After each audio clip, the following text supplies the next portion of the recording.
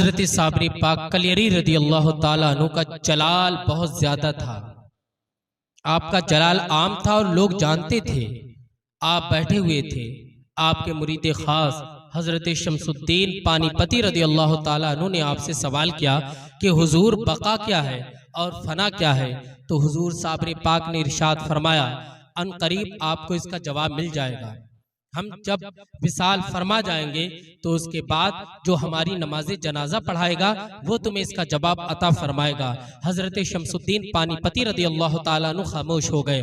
हुजूर साबिर पाक कलियरी थोड़े दिन के बाद आप बीमार हो गए और आपका जब वक्त विसाल करीब आया तो आपने हजरत शमसुद्दीन को बुलाया और कहा कि ऐ शमसुद्दीन सुनो, मुझे ना तो कफन दिया जाएगा ना मुझे गुस्ल दिया जाएगा, बस एक कमरे के अंदर मुझे बंद कर देना और गैब से सब काम हो जाएंगे। अल्लाह अकबर। हजरत शमसुद्दीन तुर्क पानीपती रहमतुल्लाह अलैह ये सुन करके चले गए। चंद दिनों के बाद हजरत साबरी पाक रदी अल्लाह ताला अन्हु इस जाहिरी दुनिया से इंतकाल फरमा गए।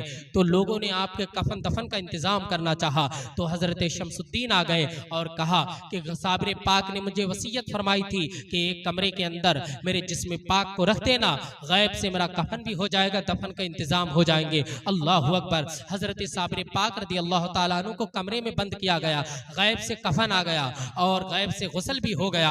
अब आपके जनाजे को बाहर निकाला गया। बाहर निकालने के बाद लोगों के दरमियान बातें होने लगी हैं कि सुनो सुनो, हजरत का नमाज जनाजा कौन पढ़ाएगा, हजरत अल्लाह के वली हैं और नमाज जनाजा पढ़ाने के लिए भी कोई ऐसी मोतबर और मौक़र शख्सियत होना चाहिए। तो लोगों ने कहा कि शमसुद्दीन से बड़ा कौन हो सकता है, इसलिए कि ये सुबह में भी साबरे पाक के साथ में रहे, ये दोपहर में भी साबरे पाक के साथ में रहे, ये खलबत व जलबत में साबरे पाक की सोहबत पाई है, ये हमेशा हजरत के साथ में रहे हैं और हजरत के बहुत करीबी हैं। तो कहा कि ऐ शमसुद्दीन तुम नमाज जनाजा पढ़ाओगे। तो आपने फरमाया कि नमाज जनाजा मैं नहीं पढ़ाऊंगा, इसलिए कि मेरे मुर्शिद ने कहा था कि जब मेरा इंतकाल हो जाए तो जो मेरी नमाज जनाजा पढ़ाएगा वो मुझे बका और फना के बारे में बताएगा। मैं तो बका और फना के बारे में अब नहीं जानता हूँ, लेकिन नमाज जनाजा पढ़ाने के बाद मैं कहाँ से बताऊंगा। अल्लाह अकबर। सारे लोग खामोश हैं। आपके जनाजे को सामने रख दिया गया।